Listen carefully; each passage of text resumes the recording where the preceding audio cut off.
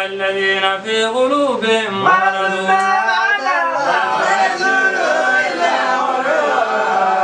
وإن قالت طائفة منهم يا أهل يثرب لا مقام لكم فارجعوا ويستأذن فريق منهم النبي يقولون إن بيوتنا عورة وما هي بعورة يريدون إلا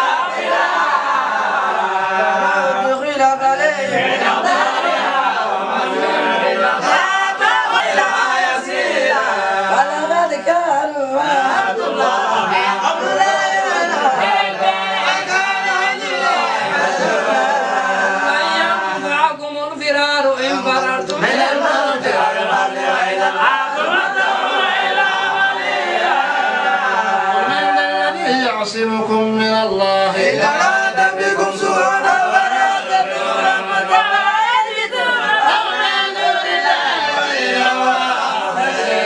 أكرم الله المعوقين منكم والغائبين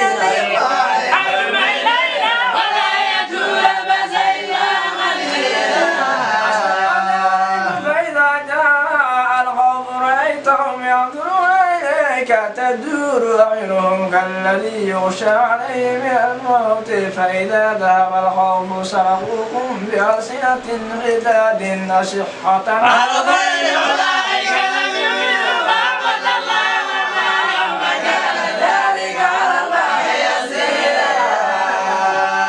يحسبون العذاب لم يذهبوا وإن يأتي العذاب يودوا لو أنهم بعدون في الأعراب يسألون عن أموالكم ولو كانوا فيكم ما قاتلوا إلا قليلا. لقد كان لكم في رسول الله أسوة حسنة لمن كان يرجو الله واليوم الآخر وذكر الله كثيرا.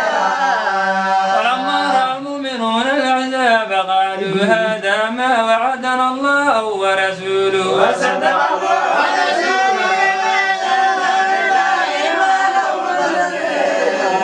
من المؤمنين رجال صدقوا ما عاهدوا الله عليه فمنهم ما قضى ومنهم من ينتظر وما بدلوا تبديلا.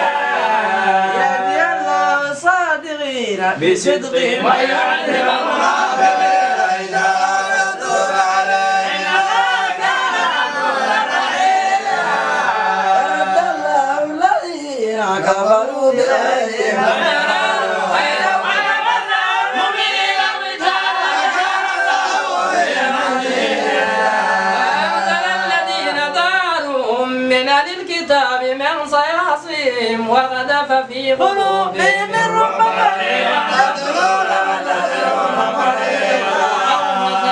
أرضهم وديارهم وأمرهم وأذلهم تطوعا وكان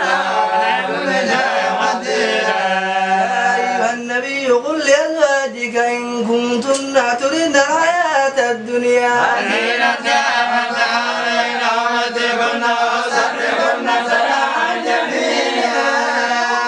تردن الله ورسوله والدار الآخرة فإن الله يعد للمحسنات منكن أجرا عظيما. يا نساء النبي من يأت منكن بفاحشة مبينة يضاعف لها العذاب ضعفين وكان ذلك على الله يسيرا. ومن يعنت منكن لله ورسوله وتعمل صالحا تؤتيها أجرها مرتين وكان ذلك لله كريما. ونساء النبي لستن كأحد من النساء إن اتقيتن فلا تخضعن بالقول فيطمع الذي في قلبه مرض وقلن قولا معروفا. في بيوتكن ولا تبرجن تبرج الجاهلية الأولى وأقمنا الصلاة وآتينا الزكاة وأطعنا الله ورسوله إنما يريد الله ليذهب عنكم الرجال البر ويطهركم